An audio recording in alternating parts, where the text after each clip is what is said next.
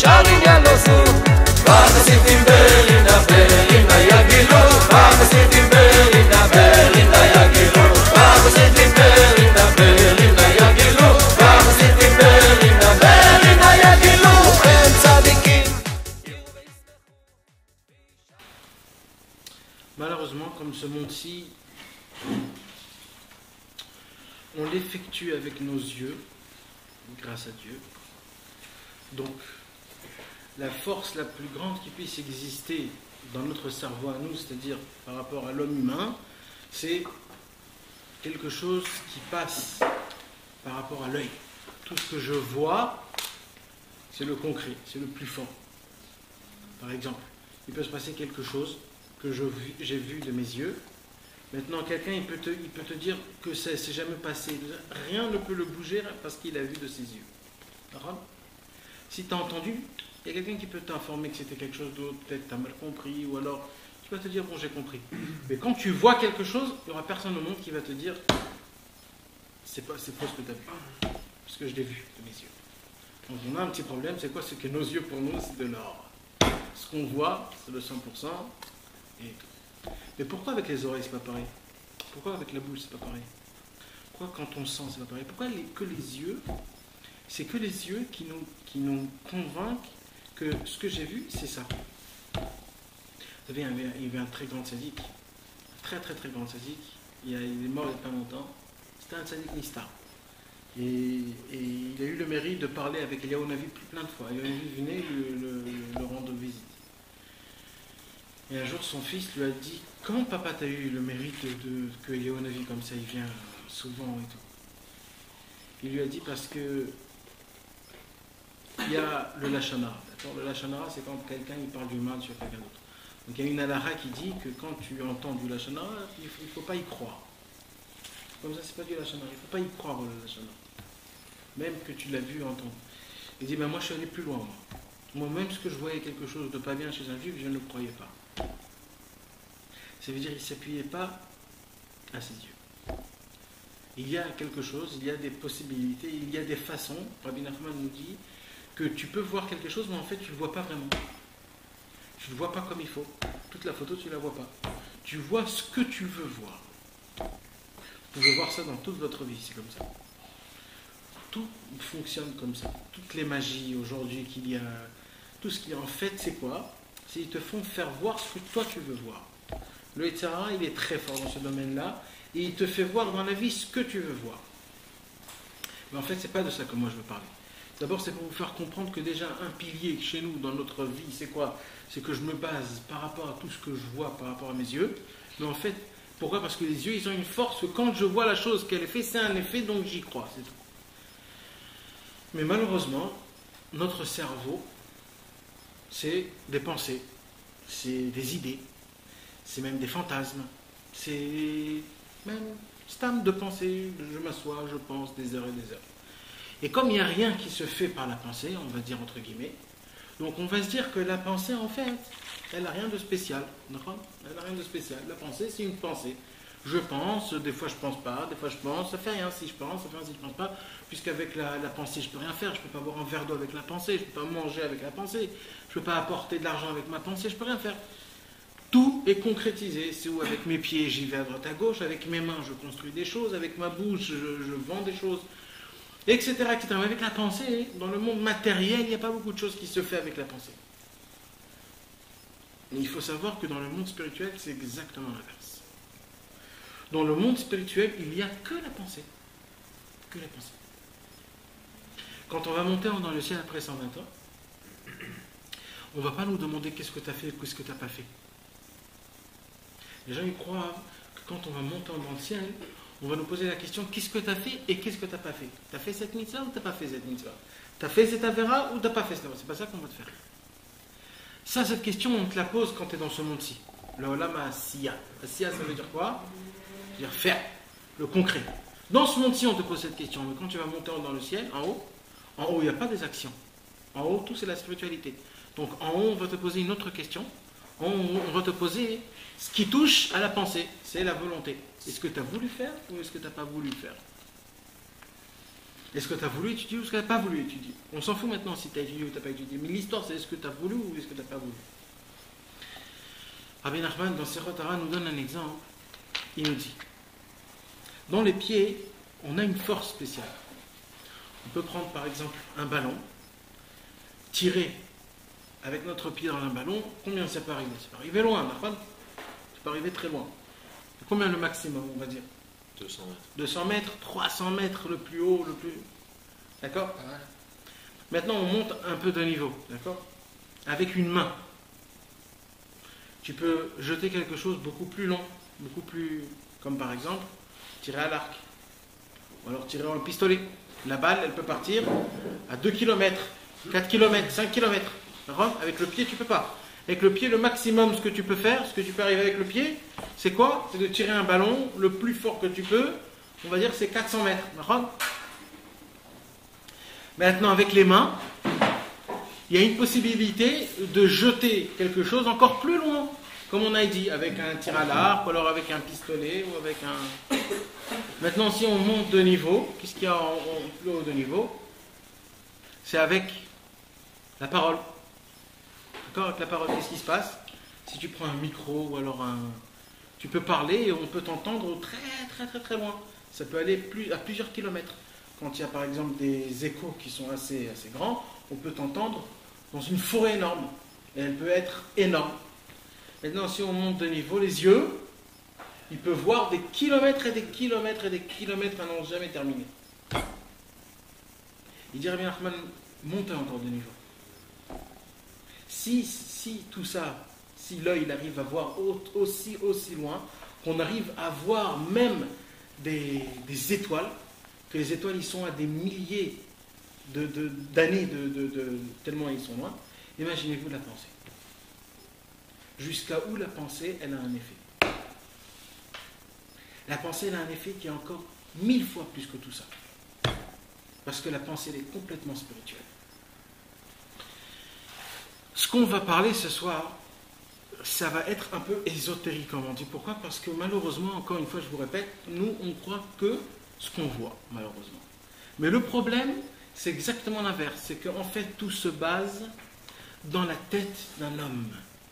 Il dit Rabbi Nachman qu'avec la pensée, avec la sagesse, avec ce qu'on a dans notre tête, on peut créer le ciel et la terre. On peut tout faire. Vous savez, il y a des mitzvot dans la Torah que si on les fait et qu'on n'y pense pas qu'on les fait, on n'est pas Yotzei Yedei Chova, on n'est pas rendu quitte. Comme par exemple, Shema Israël, Hashem Elokeinu, Hashem Echad. Si on n'y pense pas quand on dit le matin et le soir ce qu'on dit, on n'est pas quitte. Les 3 premières brachot du Shmona Esrei, de la Hamida, quand on n'y pense pas ce qu'on dit, on n'est pas quitte. Ok? Quand on prend un etrog avec un loulav et qu'on fait ce qu'on fait, et que quand on dit la bracha, on ne fait pas attention qu'on dit la bracha pour le loulav et l'étrog, il faut refaire la bracha. Quand quelqu'un il a mangé quelque chose et qu'il est chez lui à la maison et qu'il n'a pas fait attention qu'on va lui amener un autre manger de la même bracha, eh bien il doit refaire la même bracha, même que c'est la même bracha. Pourquoi? Tout à cause de la pensée. On peut amener un enfant, avec une petite pensée, on peut changer le sort de cet enfant. Est-ce que cet enfant, ça va être un bon juif, ou est-ce que ça va être l'inverse? Une toute petite pensée. Sur ça, il y a des halachot, sur ça, la Torah nous en parle des centaines et des centaines de paroles sur ce sujet-là. Tout se base par la pensée d'un homme. Comme c'est le marché d'Atrila. Ouais. Tout ce que Dieu a créé, il a créé par la pensée. Il y a écrit Bereshit bara Elohim et hashamayim vet haaretz. Si vous voyez le Targum Yerushalmi, il y a écrit pas Bereshit, bechokmata. C'est-à-dire tout s'est fait par la pensée de Dieu. Bereshit ala bemachshava. Tout début, comment le monde est sorti de l'abstrait au concret, c'est parce que Dieu a pensé qu'il faut que je fasse un monde comme ça. Au moment où il a pensé ça, ça s'est créé. Parce que chaque Kadosh Baruch Hu, sa pensée, c'est l'action tout de suite. Chez nous, il y a une différence entre la pensée et l'action. Je peux penser quelque chose et ne pas le faire. Chez Akadosh Baruch Hu, chaque pensée, c'est l'action. Quand il a pensé qu'il veut créer le monde, c'est sorti dans l'action. Donc, nous, on peut prendre par exemple 2 personnes. Et il y a eu plein d'histoires comme ça. On ne va pas rentrer dans les détails, mais il y a eu plein d'histoires comme ça. On va prendre 2 personnes. Ces 2 personnes-là, ils font exactement la même chose, tout. Ils mangent ensemble, ils vont aller dormir ensemble, ils vont étudier ensemble, ils vont tout faire ensemble. Quand ils vont prier ensemble, ils vont tout faire. Quand lui il fait ça, il va faire ça. Quand lui il fait ça. Il y en a un qui va devenir le plus grand sadique, et il y en a un qui va devenir rien du tout. Pourquoi c'est ça? Pour une seule chose. La pensée de l'homme. Lui, il s'est mis en entier dans ça, l'autre, il ne s'est pas mis en entier dans ça. Comment on se met en entier dans quelque chose? Dans ma pensée. Quand je mets dans ma tête, quand je me dis, tout dépend de ça, ça c'est moi, je veux être comme ça, tout dépend. Maintenant, il n'y a rien de spécial, de concret, il n'y a rien. Tu vois rien à l'extérieur, mais tout est dans sa pensée. Le monde se fait par la pensée. Vous savez, quand un homme et une femme se marient, soi-disant, ils se sont dit, je t'aime, tu m'aimes. Mais en vérité, c'est plus sentimental que leur parole. Si tu vois un homme, un homme voit une femme et lui dit je t'aime, la femme va le jeter. Maintenant, il faut que la femme ressent qu'en fait cet homme-là l'aime vraiment. Donc ça veut dire aujourd'hui tous les liens du mariage se font sentimentaux dans la pensée. Etc. La goutte de l'homme, comment on crée un enfant, d'où il vient? Il vient du cerveau, là où il y a la pensée. Tout est fait par la pensée. Il y a écrit qu'un aveugle, il n'est jamais rassasié. Vous savez pourquoi? Parce qu'il ne voit pas ce qu'il mange. Comme il ne voit pas ce qu'il mange, alors il se dit peut-être qu'il aura encore une autre bouchée, je mange. Peut-être qu'il aura encore une bouchée, et d'un coup quand il n'y a plus de bouchée, il n'y a plus de bouchée. Alors j'ai encore faim. Mais nous, quand on a un plat, on voit ce plat, alors dans notre tête, on se fait un petit calcul, ma faim va se diminuer grâce à ce plat que je vois, et on mesure ce plat, et vas-y, tu remets. C'est pour ça, après, si on te redonne un deuxième plat, tu vas dire non, j'en peux plus, j'ai trop mangé. Maintenant, si on t'aurait passé un plat un peu plus grand, tu vas le terminer aussi. Pourquoi? Parce que tu te mesures par rapport au plat quand tu as faim. Donc en fait, tout c'est une histoire de pensée. Un homme, il peut être l'ami, il peut être l'ennemi, tout par une seule pensée, même pas par des paroles. Pourquoi? Parce que je pense que lui, il pense que moi, sur moi, comme ça, il y a comme ça et comme ça. Maintenant, ça, c'est dans ce monde-ci, c'est un peu bête. Mais si on monte encore plus de niveau, la prière ou l'étude de la Torah. Quand on prie, quand on parle avec Akadosh Baruch Hu, le roi de tous les rois, comme Akadosh Baruch Hu, c'est pas quelque chose de matériel, c'est pas quelque chose que Dieu il s'est habillé dans ce monde-ci, c'est quelque chose qui est spirituel. C'est quoi la seule spiritualité qu'il y a dans ce monde-ci? C'est ma pensée. Donc la seule façon que je peux parler avec mon roi, c'est avec ma pensée. Comment je parle avec mon roi, avec ma pensée? Quand je dis mes paroles et je pense à ce que je dis. Quand je fais un ichoud, quand je fais un lien entre ma pensée et ma parole, comme ça vraiment je parle avec mon roi. Puisque mon roi, je peux lui parler que niveau spirituellement. Comment je le parle niveau spirituellement? Avec ma pensée.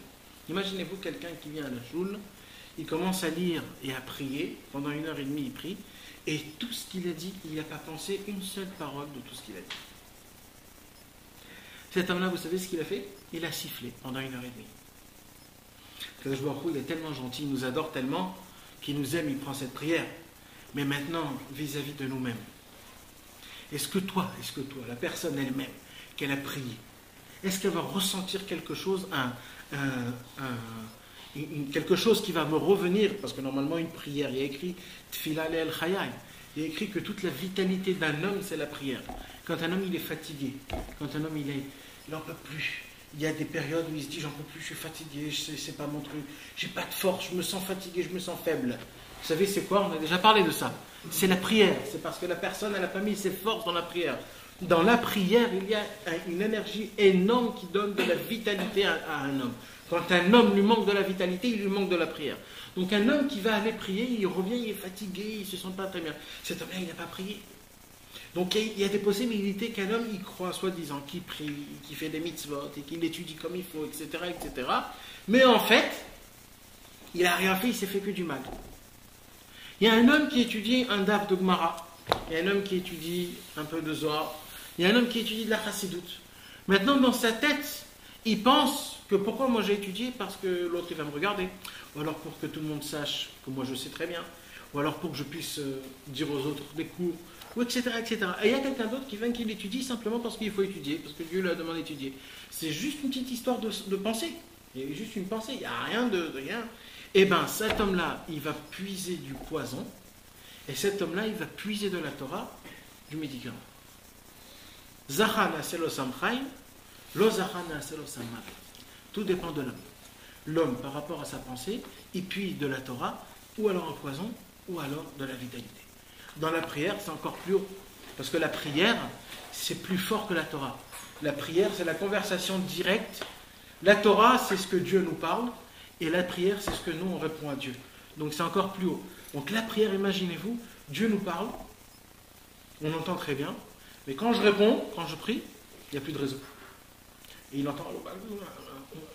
On n'entend pas. Ça coupe. Tout se fait que, grâce à quoi? À cause de la prière.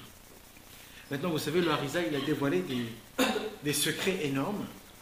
Je ne sais pas si vous connaissez un petit peu, mais celui qui connaît un petit peu, quand il lit un petit peu le Shar HaKavanot du Harizal, il te fait montrer une démonstration qui est explosive. Comme quoi, avec une seule prière de Shacharit, tu construis un monde en entier. Tu fais une réparation exceptionnelle, qui puisse exister, exceptionnelle dans tous les 4 mondes.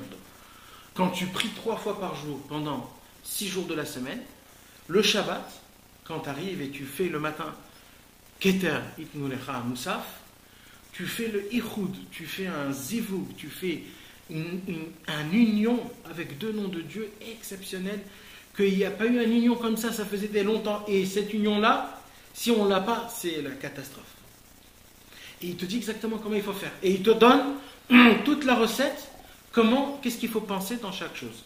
À ça, il faut penser ça, à ça, il faut que tu saches que là, tu es dans ce monde-ci, tu es en train de réparer ce monde-ci, et vas-y, sur chaque mot, tu es dans un autre monde, et tout ça, et tout ça. Et il dit, le Harizal, que celui qui n'y pense pas, ça ne se fait pas. Parce que là où l'homme y pense, c'est là où il est. Quand il dit Shema Yisrael Hashem Elokeinu Hashem Echad, et il est à Miami, il est à Miami, il n'est pas dans sa choule Ranana. C'est là où l'homme pense, c'est là où il est. Ok?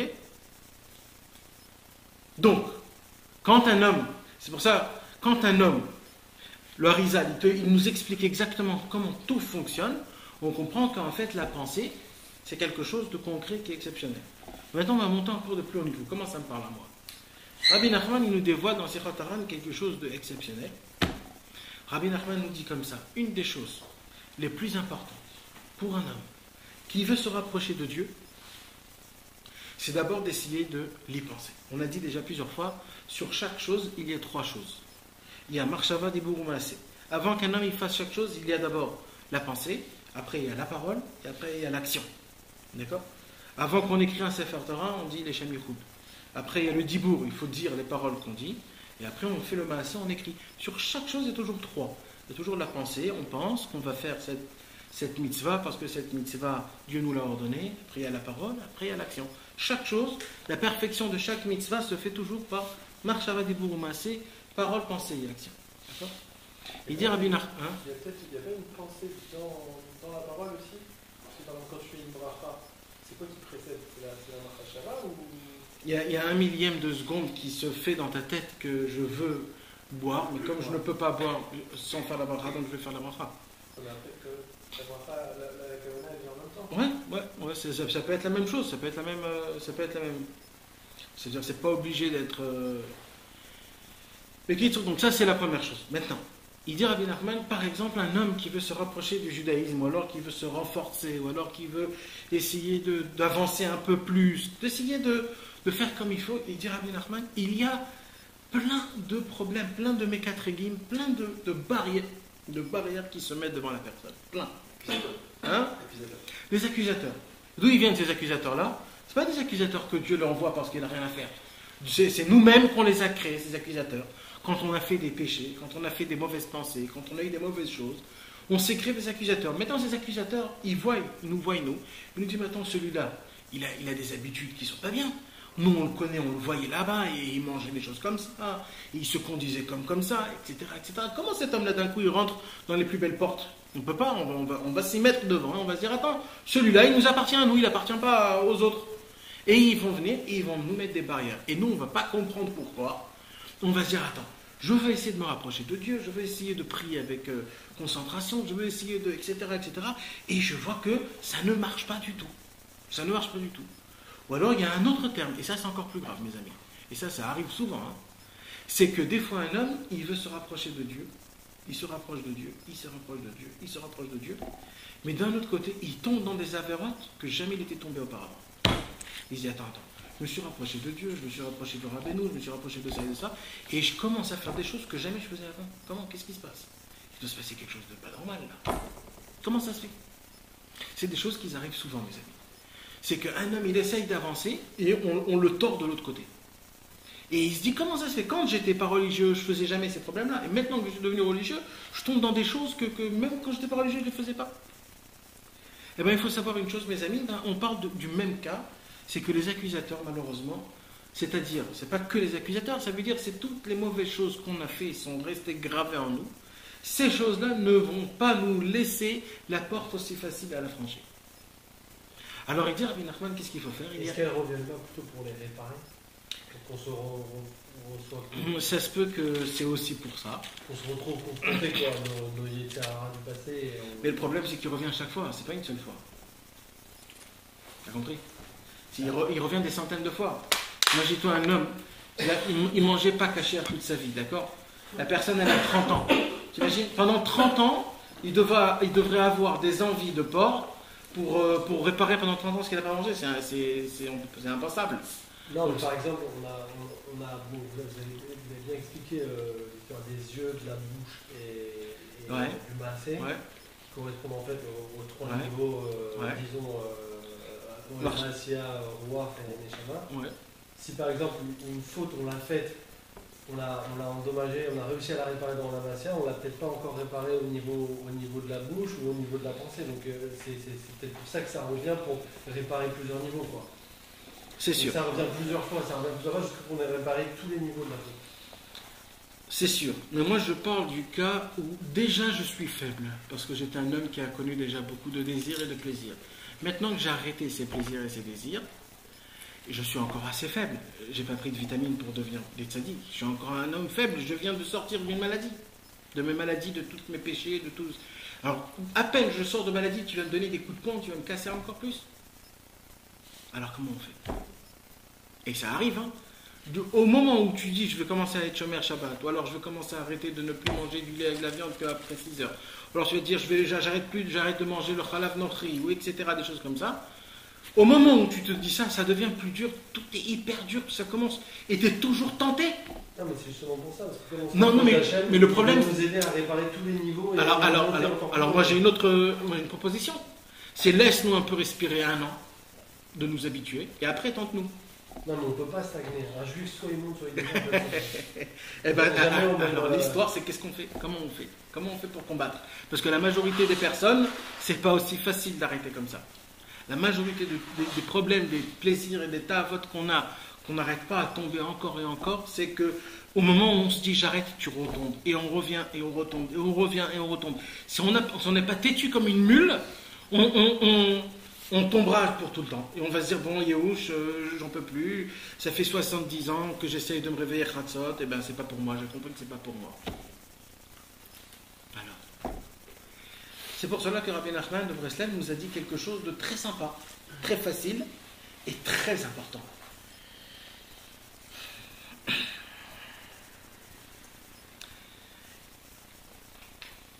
Avant, il y a longtemps, ça veut dire au début de la création du monde et pendant les millénaires qui sont passés, les 2-3 millénaires depuis la création du monde,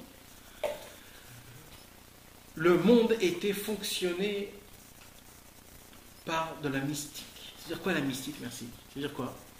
C'est-à-dire tout dépendait de la force de l'esprit, la force de la pensée, comment raisonner, de faire des choses qui est surnaturelles. Comme aujourd'hui il y a l'hypnotisme, il y a des choses comme ça. Ça veut dire d'essayer de voir le futur, d'essayer de rentrer dans la tête de quelqu'un, de comprendre, d'essayer de... Toutes ces choses qui sont un petit peu surnaturelles. Avant c'était quelque chose, par exemple toutes les prophéties, c'était ça. C'est que c'était pas des gens qui naissaient, ils étaient prophètes. C'était des gens, il y avait des écoles spéciales. Tu allais dans cette école-là, tu devenais prophète. Il y avait des études, qu'est-ce qu'il faut faire pour devenir prophète, etc. C'est-à-dire on apprenait à la personne comment devenir, comment on dit, d'un niveau qui est spirituel, pas matériel. C'est-à-dire il arrive à voir des choses que nous on ne voit pas. Il arrive à ressentir des choses il arrive à parler, à avoir un lien avec des choses, avec un arbre, avec un poulet, avec un mur, avec une mouche, etc. Avant c'était très connu toutes ces choses-là, c'était hyper connu. Mais le problème c'est quoi ? Il y avait un seul problème, mes amis. C'est que ça, en fait, tout le monde pouvait le faire. Mais si c'était dans la Kedusha, il fallait se mortifier. Et le problème, c'est que l'Avodah Zara, il disait, si vous venez chez nous, vous pourrez avoir exactement ce que eux ils ont, mais on n'a pas besoin de se mortifier. Alors malheureusement, il y avait plein de juifs qui se disent, au lieu d'aller se mortifier, on va aller vite, on va chez les Avodah Zara, on va continuer à faire notre Avot, et aussi on va savoir tout, on va être très haut niveau dans les connaissances qui sont... et c'est ce qui s'est passé, donc les Chachamim, ils ont dit, ça on ferme complètement.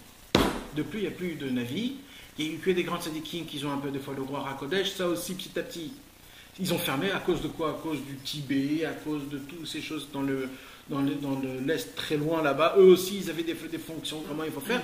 Alors petit à petit ils ont jusqu'à que ça s'arrête.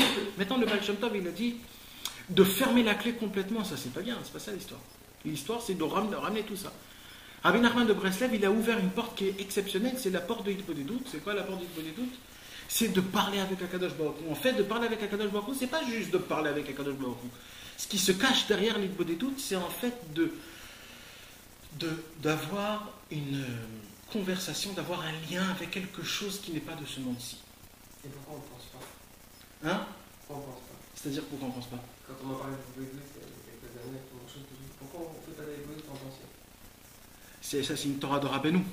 Parce que en vérité...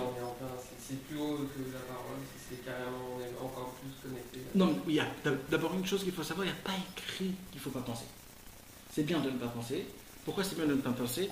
Parce qu'il y a écrit sur le Vavi. C'est-à-dire quoi ? C'est-à-dire que Dieu est dans ton cœur. Quand tu penses, encore une fois, c'est toi qui penses. Et c'est qui, toi, qui penses ? C'est le banquier, c'est ta femme, c'est tes enfants, c'est les films que tu as vus, c'est les... Tout. Donc, pour que toi, tu sois toi, il faut que tu ne penses pas. Parce que quand tu ne penses pas, il y a ton cœur qui est là, et c'est Dieu ton cœur. Et c'est ça l'histoire, c'est d'arriver à un stade où tu entends Dieu. Rabbeinu dit, si on vient et on parle dans Hitbodedut, et on voit qu'on n'arrive pas à parler. Alors qu'est-ce qu'il faut faire ? Il faut dire Ribono Shel Olam, des centaines de fois. Ribono Shel Olam, de répéter Ribono Shel Olam. C'est quoi ? Ça veut dire quoi de répéter Ribono Shel Olam ? En fait, c'est de rentrer dans une espèce de monde en plusieurs fois. Quand tu répètes le mot Ribono Shel Olam, petit à petit, tu enlèves tout ce qui est ce monde-ci, tout ce qui est matériel, tout celui qui a une emprise dans ce monde-ci. Plus tu le répètes, plus toi-même tu te convaincs comme quoi il n'y a que Dieu. Donc en fait, ce sont des forces que en fait, on est revenu dans l'histoire que tout en fait c'est la pensée. Mais comme notre pensée elle est trop prise par ce monde-ci, alors à cause de ça, c'est nous-mêmes qu'on crée notre sort dans tout. Comment est-ce qu'on prouve que le cerveau, c'est le moire, c'est le moire quoi, et Hachem il est dans le cœur. Comment est-ce qu'on prouve ça ? Comment est-ce qu'on peut le comprendre ? D'abord, c'est très simple. Tout ce qui est logique, c'est contre Dieu. Ouais. Tout ce qui est logique, c'est contre Dieu. Et après que Dieu est dans le cœur ? Le cœur, c'est quoi ? C'est ce que la Luna. Non, le cœur, non, matériellement, quand on dit matériellement. Quand je te dis regarde les étoiles, d'accord ? Je te dis regarde les étoiles, il y a plein de points blancs, d'accord ? Je te dis maintenant chaque point c'est une planète. Maintenant tu dis tu vois deux points, c'est deux planètes. Maintenant ces deux points en véritable, ils sont loin comme, tu vas dire, comme 15 planètes que toi tu connais. Dans le cerveau, tu n'arrives pas à faire ce calcul. C'est que le cœur qui arrive à faire ce calcul, parce que le cœur il est infini. Le cœur c'est Dieu. Notre cœur c'est Dieu. C'est-à-dire, matériellement, je te parle matériellement des comptes qui sont pas logiques, c'est que le cœur qui arrive à le faire. Quand tu commences à regarder que chaque point ils sont énormes, comme la Terre, et qu'il y a autant, et c'est aussi grand, le cerveau il ne comprend pas ces choses-là. Ça, pour lui, c'est le cœur qui donne un petit truc au cerveau. Et grâce à ça, il arrive à comprendre. Mais le cerveau, ça, il ne comprend pas. Parce que le cœur, c'est l'infini, c'est Dieu. Sur les va-vie. Le cœur, c'est Dieu. Mais le problème, c'est quand on empeste le cœur. Ça, c'est une autre histoire. Mais le cœur tel quel, c'est Akadosh Baruch Hu, exactement. Donc, qu'est-ce qu'il nous dit Rabbi Nachman? L'essentiel qu'on crée, mes amis, c'est de savoir s'imaginer encore, et y penser, le service divin que j'ai besoin de faire. Je vais vous donner un exemple. Vous savez que les grands tzadikim avant, surtout le Baal Shem Tov, ils ont dévoilé quelque chose qui s'appelle Achana. Achana. C'est quoi Achana? Préparation. Ça veut dire quoi préparation? Chez les Chassidim, surtout le Baal Shem Tov, il y avait quelque chose de très très fort qui s'appelait Achana. Ça veut dire, demain matin je vais me réveiller, je vais aller prier tout de suite Shacharit, c'est un peu grossier, j'ai encore les sourcils qui sont un petit peu trucs, je baille encore, je me rappelle encore de mon rêve, je viens peut-être me réveiller de mon lit, comme ça je vais aller tout de suite dans la choum mettre mes tefilin, c'est un petit peu grossier. Alors qu'est-ce qu'il a dit le Baal Shem Tov? Il a dit, avant d'aller faire Shacharit, on va faire une petite Achana. On va faire une petite préparation pour la prière. C'est quoi la petite préparation pour la prière? De lire quelques psaumes de Tehillim. Tehillim, c'est aussi une prière. Ça va me rentrer en français, on dit un petit échauffement. Ok? Un homme, il ne veut pas rentrer dans le ring et commencer à boxer à froid. Il va être tout crispé, le mec. D'abord, va t'échauffer, va courir, rends-toi bien chaud, et après tu vas rentrer et bam bam. C'est pareil. Tfilat Shacharit, le matin, il arrive. Le mec, il se réveille comme ça, il se voit aller nous les Shabbat. À peine aller nous les Shabbat, il commence à se réveiller, il se dit, ah déjà j'ai terminé la prière, je n'ai pas compris. Donc le Baal Shem Tov, il va faire rentrer quelque chose de très fort, c'est la Achana. Et comme ça, on voyait, c'est pour ça que d'ailleurs, les Litaïm, le Gaon de Vilna, etc., ils n'ont pas aimé les Chassidim. Pourquoi? Parce qu'ils voyaient que des fois, les Chassidim, ils faisaient trop de Achana. C'est-à-dire, des fois, un homme, il faisait une Achana, une préparation de la prière, on va dire 3-4 heures. Et après, leur prière, c'était à peine 1 heure. Alors il dit, attends, 3-4 heures de Achana. Et le Chassid dit, mais qu'est-ce que tu veux que je fasse? Moi, je suis tellement rude, il faut que je me prépare, ça me prend trop de temps pour m'échauffer, moi. Et ça, ils n'ont pas aimé les détails. Mais c'était comme ça la chita du Baal Shem Tov. Maintenant, et sur chaque chose, ils avaient une Achana. Avant Shabbat, par exemple, dès qu'il est midi, vendredi à midi, toute la maison était déjà prête. Ils allumaient les bougies de Shabbat. Ils étaient assis et ils attendaient Shabbat. Comme si on attend un horaire, un invité. Ils attendaient Shabbat, juste attendre. Vous savez quel sentiment ça, dès qu'après le Shabbat il vient, c'est un autre Shabbat, mes amis. Rien que de s'asseoir et d'attendre le Shabbat. De regarder comme ça l'heure, tous les 5 minutes, c'est pas encore Shabbat. Il y a des gens qui font exactement l'inverse. Ils prennent la cigarette et ils regardent combien de temps je peux. Exactement l'inverse. Et c'est un autre Shabbat, je peux vous promettre. Et pareil, pour les matzot, pour Purim, il y avait une achana, une préparation. Maintenant, Rabbeinu, il a pris ça autrement. Il a fait un autre ridouche encore plus fort, Rabbeinu. J'ai oublié de vous dire encore une chose. Le Baal Shem Tov, il a dit un mot qui est spécial. Parce que le Baal Shem Tov, vous savez, il avait des élèves, pas que des sommets bombes atomiques. Le Baal Shem Tov, sa grandeur à lui, c'est qu'il y avait aussi des élèves qui ne savaient ni lire ni écrire. Très très simple. Donc un jour le Baal Shem Tov il a dit, vous savez, à Kadosh Baruch Hu, des fois, parce qu'il y a des élèves qui venaient chez le Baal Shem Tov et qui disaient, tu sais Baal Shem Tov, nous on a commencé à faire la Achana, mais au moment où on est venu pour faire la prière, on s'est déconnecté complètement. alors on a fait une Achana comme il faut, ça veut dire on a lu plein de psaumes Tehillim comme il faut, avec une bonne concentration. Dès qu'on est arrivé à la prière, on s'est complètement déconnecté. Alors il a dit le Baal Shem Tov, des fois Kadosh Baruch Hu, il aime plus la Achana que ça. Il a dit, et ça ressemble à quoi? Il dit, ça ressemble à un petit enfant que sa maman lui dit, tu sais papa, ça fait 15 ans qu'on l'a pas vu, il va revenir à la maison. Ah ouais, je vais préparer. Il prépare toute la maison, il prépare la maison, il lave la maison, il sait. Et il attend son père, et il s'endort. Et son père, il arrive, et lui, il dort. Alors il a tout raté, il a fait une achana, il a tout préparé à la maison, tout ça pourquoi? Pour qu'il s'endort. Et bien le papa, il dit, qu'est-ce qui a arrangé la belle maison comme ça? C'est lui. Waouh. Ben, il dit, c'est pareil, des fois, Kadosh Baruch Hu, il voit un homme qui fait une bonne achana, il essaye de faire plein de choses. Il met une petite pièce pour la tzedaka pour que ça soit une achana. Ou alors il va au mikvé avant de prier. Mikvé aussi, c'est une achana. Il va au mikvé avant de prier. Ou alors il étudie un petit l'écouter Moran, ou alors un petit livre de Moussa, pour le mettre un petit peu, pour l'échauffer à la bonne prière. Mais le problème, au moment où il arrive à la prière, ça y est, il s'est complètement déconnecté. Ça fait rien. C'est pour ça qu'il dit le Baal Shem Tov, des fois la Hana, c'est mieux des fois que la prière. Parce que tellement c'est important. Maintenant, Rabbeinu, il a pris ça quelque chose d'autre. Rabbi Nathan, il a fait une halakha complète sur ce chose-là. Et qu'est-ce qu'il a dit, mes amis? Il a dit comme ça. Il a dit, il y a plein de choses qu'on n'arrive pas à faire comme il faut. Plein de choses. Plein de choses. On n'arrive pas à se réveiller à Chatzot toutes les nuits. On n'arrive pas à pleurer. C'est-à-dire, on peut se réveiller à Chatzot. Tu t'es levé Chatzot, tu es parti au mikvé, tu as fait une podé d'août 1 heure, tu viens chez toi à la maison, tu dis maintenant, je vais faire un bon Chatzot, tu t'assois par terre et tu t'endors. Attends, pourquoi tu fais Chatzot? Le Beit Hamikdash brûle. Il brûle, tu n'as aucun sentiment, tu dors comme ça. Et vas-y, il y a plein de choses comme ça. Kriyat Shema, comment on fait le Kriyat Shema? Et l'essentiel du Shema Israël, on l'a complètement oublié. Le Shulchan Aruch dit il faut le lire en tremblant, en suant, en ayant de la peur et de la crainte. Comme ça, écrit Be'ema, Be'ira, Be'retet ou Be'zia. Vous connaissez, vous, quelqu'un qui, quand il dit le Shema Israël, il tremble tout lui, il sue tellement qu'il est. Moi, j'en connais pas, mais ça, c'est le pshat de la halakha. Et vas-y, ainsi de suite, on continue encore. Dans le Shulchan Aruch, il y a plein de choses qu'il y a écrit qu'il faut faire, qu'on ne fait pas comme il faut. Alors il dit, Rabbi Nathan, moi je vais prendre le pshat du Baal Shem Tov qu'il a dit et je vais l'arranger.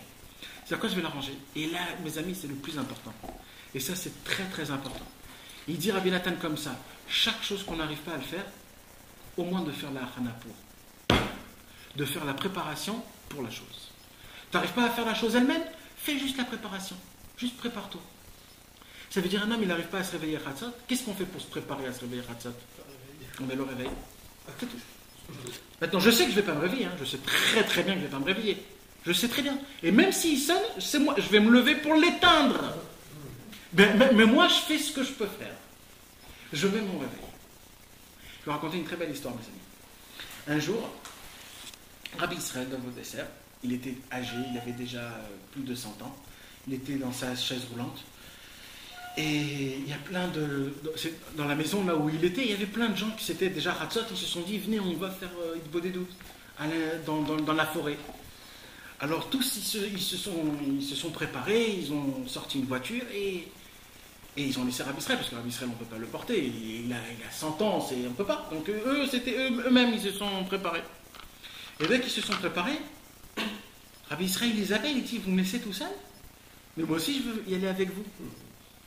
Alors il a dit, pardon, Rabbi Israël, d'accord, on va te prendre. Ils ont commencé, c'était une histoire. Ils l'ont habillé, ils l'ont mis sur sa chaise roulante, etc. C'était très long. Et au moment où on vient de le sortir sur la porte, il dit, tu sais, je suis un homme vieux, je ne peux pas sortir Je peux pas sortir. Alors il dit, Rabbi Israël, mais tu nous as dit. Il a dit, oui, ce que je peux faire, je l'ai fait. Il fallait que je m'habille, que je me prépare jusqu'ici. Ça, ce que je peux faire. Maintenant, plus que ça, je ne peux pas faire. Maintenant, vous continuez et moi, je vais vous attendre. Un jour, une autre histoire avec Rabbi Israël, pareil.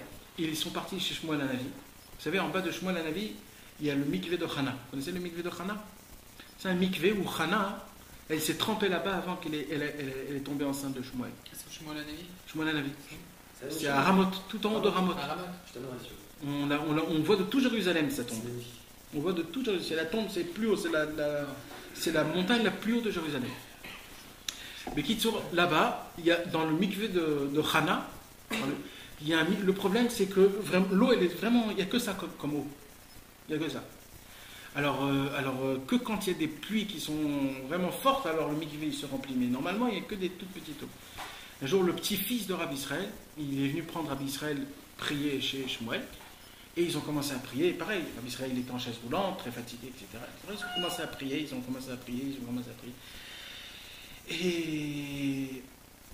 Et son petit-fils, il s'est dit, oulala, j'ai complètement oublié qu'il y a un mikvé en bas. S'il me demande d'aller au mikvé, moi je suis foutu. Parce qu'il faut descendre, il y a une montagne, c'est un truc. Comment je vais me prendre maintenant, Rabbi? Et c'est ce qui s'est passé. Rabbi Israël dit, dis-moi, il y a un mikvé en bas. Peut-être qu'on peut aller là-bas. Alors il dit, Rabbi Israël, bon, on va voir s'il y a beaucoup d'eau, on va. Mais s'il n'y a pas beaucoup d'eau, on n'y va pas. Alors ils descendent, c'est une folie, une réda, ils descendent avec le truc. Jusqu'à qu'ils arrivent, ils enlèvent les habits, etc. Il y avait comme ça d'eau. Alors son petit-fils, il dit à Rabbi Israël, même si tu te trompes, je ne sais pas compter comme un mikvé. Pourquoi tu te casses la tête? Et moi, je me casse la tête 1h30 à t'enlever les habits et de rentrer. Il dit, nous, ce qu'on peut faire, on fait. Même si c'est pas compté. L'essentiel, c'est de faire pour. On se prépare. Et, Rabbi Israël, il se tournait comme ça de tous les côtés pour qu'il y ait de l'eau, mais il n'y avait rien. C'était juste comme. Ça c'est un secret qui est exceptionnel que Rabbi Nathan a dévoilé. Les choses que vous n'arrivez pas à faire, faites une achana. Comment vous avez dit une achana? Une préparation. Faites une achana pour. Et vous savez qu'est-ce qui se passe? Toutes les achanot là un jour, ils vont s'accumuler jusqu'à que Dieu a dit attends. Regarde comment il s'est préparé ce mec. Ça fait 10 ans qu'il se prépare pour se réveiller à Khatzot. Mais on lui donne tout Khatzot gratuit. Mais jusqu'à la fin de ses jours, il va faire Khatzot. Ou alors pour Ibo des doutes. Imaginez-vous quelqu'un. C'est dur pour lui de faire Ibo des doutes. Si c'est dans la forêt, ou alors de se préparer dans une chambre chez lui à la maison, ou en dessous de son lit. Il se met en dessous de son lit, dans tous ses grains, et toujours il s'endort. Toujours. Et vas-y, c'est très dur, il n'arrive pas. Alors au moins d'essayer de faire une préparation pour. C'est-à-dire d'essayer de je sais pas, chaque chose, essayer de faire une préparation pour accomplir la chose. Et Rabbi Nathan, il a écrit une halakha énorme dans l'écoute halakha sur ça. Et Rabbi Nathan, il a dit que l'essentiel dans ce monde, c'est en vérité. Parce que nous, on est des hommes, on n'est pas des anges. On ne peut pas accomplir toute la Torah comme elle est écrite. C'est que les anges qui peuvent l'accomplir. Nous, on est fait de chair et de sang. Des fois, on est malade. Des fois, on n'a pas envie. Des fois, on a faim. Des fois, on est fatigué. Des fois, on va aller dormir. On a des milliards de sentiments. Même nous, on ne sait même pas ce qu'on veut. Donc, on ne peut pas nous demander de faire 613 mitzvot. C'est trop dur et trop lourd. Alors, qu'est-ce qu'il dit Rabbi Nathan? Il dit chaque chose que vous voulez faire et que vous n'arrivez pas à faire, faites une achana. Faites une préparation. Et vous allez voir que toutes ces préparations-là, elles vont devenir encore plus matok. Ça va être un plaisir et un désir énorme pour tout le monde. Et moi, je rajoute dessus qu'une des préparations les plus importantes, c'est Marshava. Comme on l'a dit, il y a le Maasé, Marshava, Dibour ou Maasé. La première chose, c'est d'abord, il dit Rabbi Nathan, c'est pour ça que je reviens sur ce que j'ai dit, il dit Rabbi Nathan, dans le Sichot Haran, Rabbeinu, vous savez, il nous donne un seder, qu'est-ce qu'on doit étudier tous les jours. Et vous savez que le seder que Rabbeinu nous a donné, ce n'est pas un seder qui est donné à tout le monde. C'est un seder où on termine en un an. Tout le Shas, tout le Shulchan Aruch, tout le Zohar, tous les Midrashim, tous les Kitvahari, et vas-y. Ça veut dire, si vous faites un Cheshbon, tu dois étudier 7 dapim de Gemara tous les jours, tu dois étudier 8 dapim de Kitvé tous les jours, tu dois étudier, et ça, toute la journée, tu es assis et tu ne bouges pas. Plus les 3 heures de Hachana. Plus les 3 heures de Hachana, plus 1 heure de Hitbo des doutes, plus... Et vas-y, tu ne termines pas. Donc, et comment ça se fait tout ça? Alors vous savez ce qu'il a dit Rabbi Nachman? Il a dit Rabbi Nachman comme ça. Juste avec la pensée, si un homme il se met dans sa tête bien comme il faut, ça veut dire il se dit, moi je veux le faire. Et comment il se le dit? Il se fait un film dans sa tête. Comme quoi il se prépare le matin, comme quoi il va prendre le Shulchan Aruch là parce qu'il est plus lisible, il est des lettres plus grosses et c'est avec des ponctués. Et avec ça je pourrais faire 8 pages tous les jours et ce sera très facile pour moi. Et vraiment tu devais faire. Il dit Rabbi Nachman, plus un homme il va le penser, plus ça va se faire. Après, il dit Rabbi Nachman, il faut le dire, parce que toutes les pensées, toutes les volontés et languissements que tu as, il faut le dire dans ta bouche. Mais c'est aussi de faire rentrer la pensée dans le cœur. C'est une grande technique de Moi, ça, je l'ai testé personnellement. Quand je l'ai marié, je l'ai testé plus personnellement. C'est un racine de ce qui m'avait donné ce conseil de la technique de faire rentrer ce qu'il y a dans le noir, dans le cœur. Tu veux quelque chose, tu te le répètes 50 fois, mais tu le fais descendre dans ton cœur parce que tu vois. Par exemple, prends quelqu'un qui veut se marier ou quelqu'un qui cherche la pharmacie, tu vois, tout le monde sait qu'il faut prier pour ça, mais est-ce que tu crois vraiment que c'est Hachem qui envoie le Sivouk? Est-ce que tu crois vraiment que c'est Hachem qui envoie la pharmacie? C'est pour ça qu'il faut se faire descendre et ça rejoint ce qu'on a disait entre Hachem qui est dans le cœur et la pensée qui correspond à nous. Mais aujourd'hui, même les goïms, ils parlent de ça. Il y a le livre qui est sorti qui s'appelle Le Secret, vous connaissez, vous avez entendu parler. Ouais. C'est basé sur Rabbeinu. Rabbeinu, il a dit il y a 200 ans avant. C'est basé sur Rabbeinu. Plus un homme, il se persuade et il se met dans sa tête très fort que moi je vais le faire, ça oui, je vais le faire. Sa pensée va faire le concret. Sa pensée va faire le concret. Non, mais il y a le dimion aussi là pour ça. Ouais, mais le dimion, tu sais c'est quoi le dimion? Le dimion, c'est le laisser aller dans la pensée. Le laisser aller, ça veut dire que tu te laisses aller dans ta pensée et là tu commences à... Mais quand un homme il prend sa pensée pour le concrétiser, alors il n'y a pas à aller à droite à gauche. Moi mon truc c'est ça, je le fais, comme ça et comme ça, jusqu'à qu'un jour ça va se faire.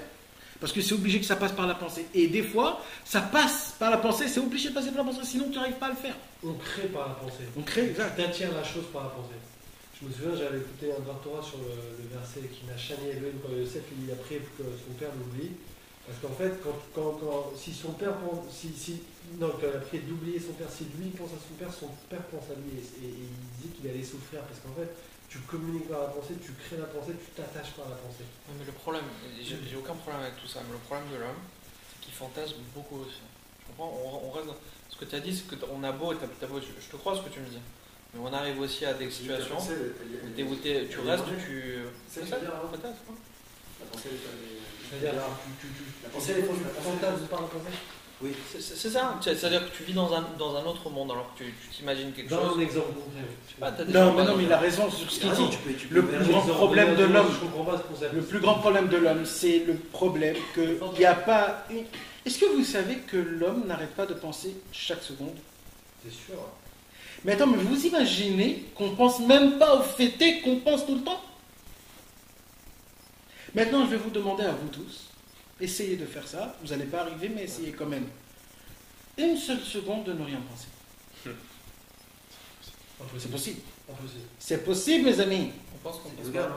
Hein? C'est pas le yoga, c'est pas le principe du yoga. Bah, eux, ils appellent ça le yoga, mais moi, je m'en fous complètement. Comment ils appellent ça? C'est de la Torah, tout ça. Ça s'appelle la kavana. En hébreu, comment on dit ça? Kavana. Ça veut dire quoi, kavana? Kavana, c'est ton cerveau, c'est un jet d'eau. Un jet d'eau de pensée. Ça n'arrête pas. Et qu'est-ce qui te dit la Torah? Elle te dit la Torah, quand tu vas venir faire ta prière, pense à ce que tu dis. Eh ben, Tu penses quand même. tu penses toujours, pas les gens qui pensent. Mais un homme normal, il pense pas. Un homme normal, il arrête le jet d'eau, il enlève, il n'y a plus de jet d'eau. Maintenant, ce que je dis, je le pense. C'est un homme normal. Malheureusement, nous, on ne fait pas partie de la catégorie des gens normaux. Mais normalement, en vérité, mes amis, c'est vraiment quelque chose, je ne voulais pas parler de ça aujourd'hui, mais ça fait 2 fois que... il faudrait le faire un jour, vraiment, de rentrer dans ça, comment arrêter les pensées. Je ne voulais pas rentrer dans ça tout à l'heure, mais c'est exactement ce que tu avais posé la question. Quand Rabbeinu nous a dit de faire Hitbod des doutes, et que j'arrive pas à parler, tu sais pourquoi j'arrive pas à parler? Parce que j'ai trop pensé. Pourquoi tu n'arrives pas à parler dans Hitbod des doutes? Parce que tu as 1 milliard de pensées. Déjà, tu as 1 milliard de choses à demander. Tu sais plus par où commencer. Tu sais plus quoi est plus important. Comment je vais te dire? Donc, tu as un brouillard dans ta tête. Donc, j'arrive pas à parler. Qu'est-ce qu'il te dit, Rabbi Nachman? Il te dit, Rabbi Nachman, répète des milliards de fois Ribono Shel Olam. Qu'est-ce qui se passe quand tu vas répéter des milliards de fois Ribono Shel Olam? Vous croyez que c'est bête? Quand on répète 1 milliard de fois Ribono Shel Olam, en fait, tu sais c'est quoi? Si tu fais un tout petit trou ici, toutes tes pensées sortent. C'est comme une mantra, je ne sais pas comment dire un mantra. C'est comme une mantra, ça veut dire plus tu répètes, plus ton cerveau va se vider. Il va se vider jusqu'à qu'il ne restera plus rien. Et quand il ne restera plus rien, ça s'appelle le Yishuvadat qu'on a parlé il y a... Et là on pourra se poser la question, qu'est-ce que je fais de ma vie?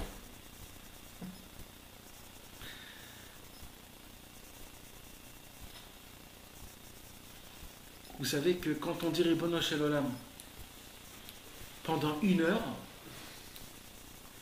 ça sort 1000 Ribono Shel Olam. C'est merveilleux déjà d'arriver à faire ça. Dire Ribono Shel Olam pendant 1 heure, c'est un rêve. C'est très dur. Il faut pas dire que c'est très dur. Tout le monde peut le faire. Genre, il peut se préparer pour. Voilà, préparer pour ça. Qu'est-ce qui se passe à Abdallah, par exemple, quand on dit Navizar pour l'état? Qu'est-ce que c'est? Qu'est-ce qu'on appelle? Ça, on le dit souvent à Motzei Shabbat. Ouais.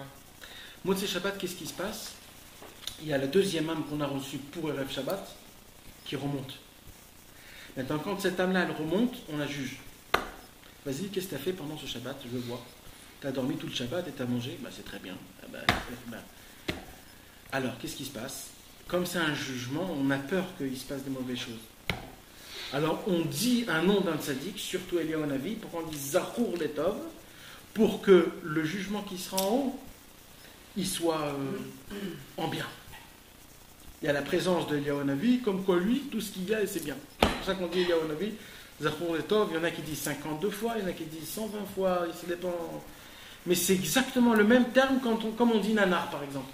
De répéter, de dire un nom d'un tzaddik. Parce que quand tu dis le nom d'un tzaddik, tout ce qu'il a fait dans ce monde, ça commence à briller. Chaque fois que tu répètes le... Donc en fait, c'est pas la même chose qu'avec Ribono Shalom. Non, ça c'est une autre chose. Ribono Shalom, ça c'est une autre chose. Ribono Shalom, c'est quelque chose de très spécial. Ribono Shalom, c'est une mantra qui est exceptionnelle, qui est très très importante. Que quand un homme il commence à le dire, qu'il commence à le faire, tu vas voir. Son cerveau, mais il faut le dire lentement, sans vite. Hein? Pas le dire vite. Pas dire vite, non. Rabbeinu, je voulais étudier la Torah, mais on n'aura pas le temps. Rabbeinu, il dit c'est comme un chien. Tu sais, quand il y a un chien qui court après toi, et que toi tu cours plus vite, le chien il va toujours courir. Maintenant, si tu t'en fous complètement, le chien il va courir après toi et il va voir que tu t'en fous complètement, alors il va partir. Il dit c'est pareil, les mauvaises pensées. Quand un homme il a plein de pensées, et que toujours tu te poses la question, est-ce que j'ai encore mes pensées? Alors ils vont en avoir encore plein des pensées. Il faut dire, je m'en fous complètement des pensées, que j'en ai pas, je m'en fous complètement, je dis Ribono Shalom. Doucement, sans force. Ribono Shalom. C'est un aspirateur de toutes les mauvaises pensées dans ta tête. Ça aspire, jusqu'à ce que tu vas arriver à un stade. Tu vas avoir une sensation de vide. Il y en a qui ont peur, il y en a qui vont dire, purée, c'est exceptionnel. Ça dépend. Mais c'est exceptionnel. Et à ce moment-là, c'est là où tu parles avec ton cœur. Là, tu vas dire des paroles. Ces paroles-là, c'est des paroles de roi HaKodesh. Comme David Ameller. Comme ça, David Ameller, il disait les Teilim. David Ameller, il s'annulait tellement en rien, jusqu'à qu'il parlait, c'était comme une extasie. Il parlait des paroles, c'était une extasie. Lui-même, il ne savait même pas ce qu'il disait. Après, il se disait, c'est quoi? Comme Rabbi Nachman. Vous savez, Rabbi Nachman, quand il dévoilait cette Torah, après, il re-regardait cette Torah, il disait, mais c'est exceptionnel, là, ce qu'il a écrit. Ouais, la mettre. Et il montait dans un monde tellement haut qu'il parlait, il ne savait même pas ce qu'il disait. Et après lui-même, il s'éblouissait de ce qu'il avait écrit. Jusqu'à tellement. Ouais, bien sûr. Ouais, Rabbi Nathan il écrivait, il disait quoi, mais c'est moi qui ai fait ça.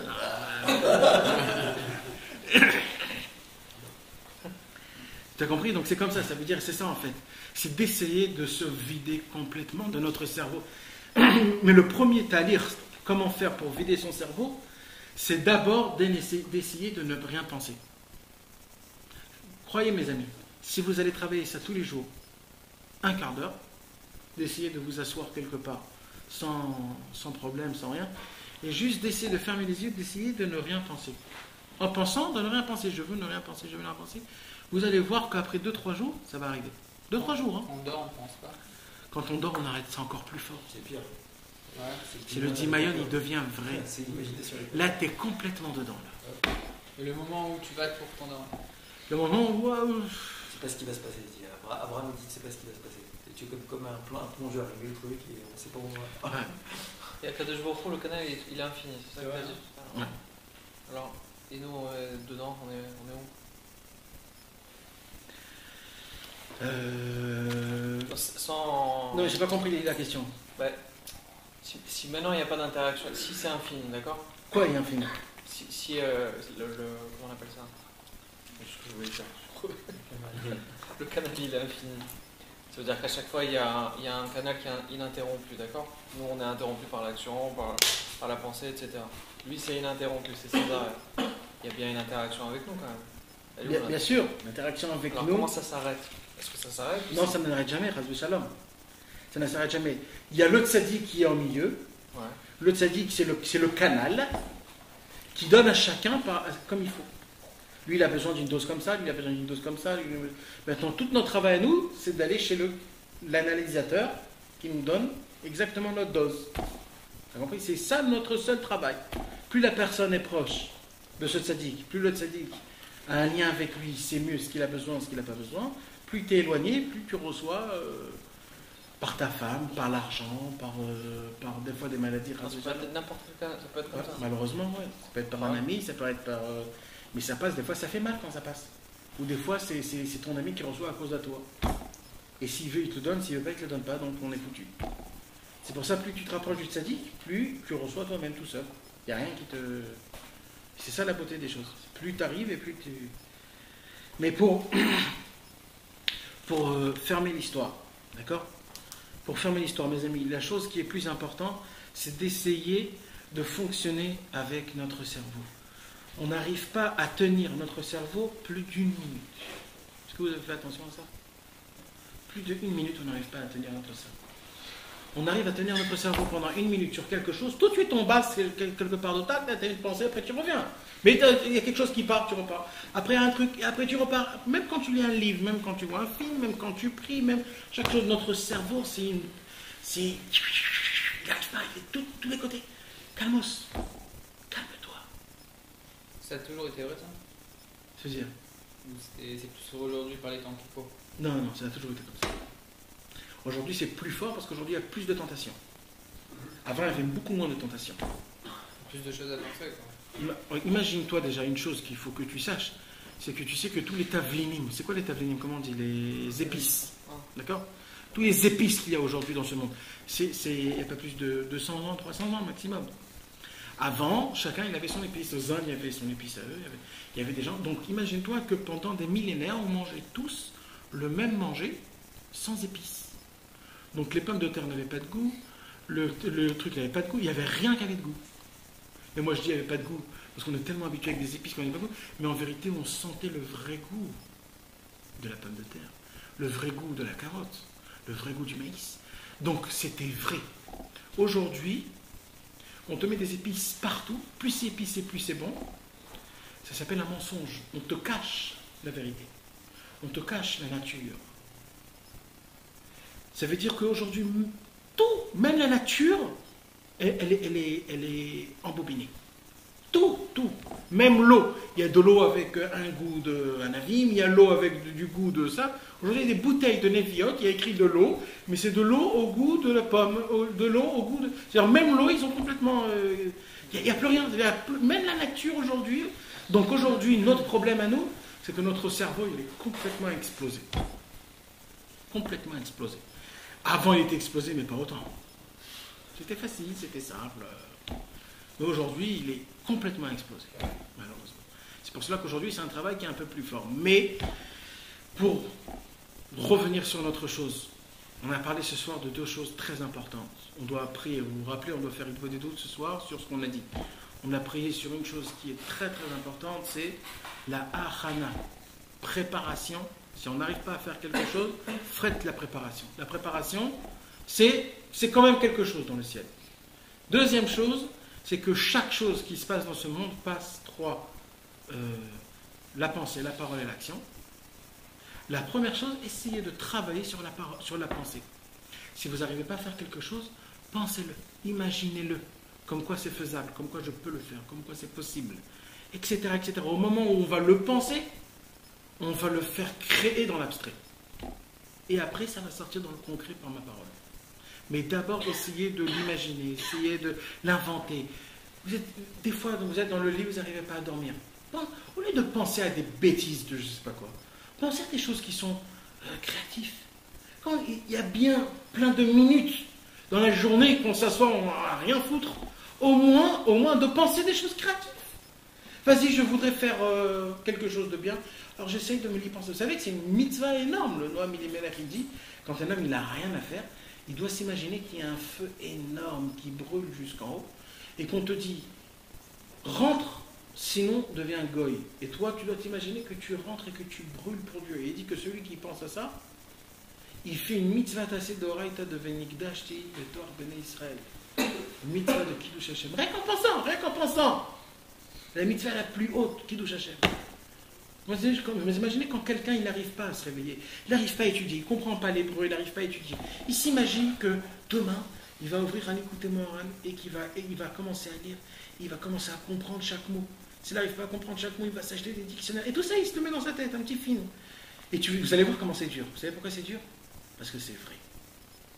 Toutes les bêtises au monde, vous pouvez l'imaginer et y aller partir en je ne sais pas où, parce que c'est du shaker. Mais les choses qui sont vraies et créatives, ça va être dur. C'est pour cela que c'est très important de prier que Dieu puisse nous donner de savoir faire comment avec nos pensées. On laisse tellement notre pensée partir, je ne sais pas où, au moins que maintenant on puisse les faire sortir là, dans les endroits là où il faut. Que Dieu nous donne ses forces, Bezrat Hashem, qu'on puisse accomplir tout ce qu'on a dit, Bezrat Hashem.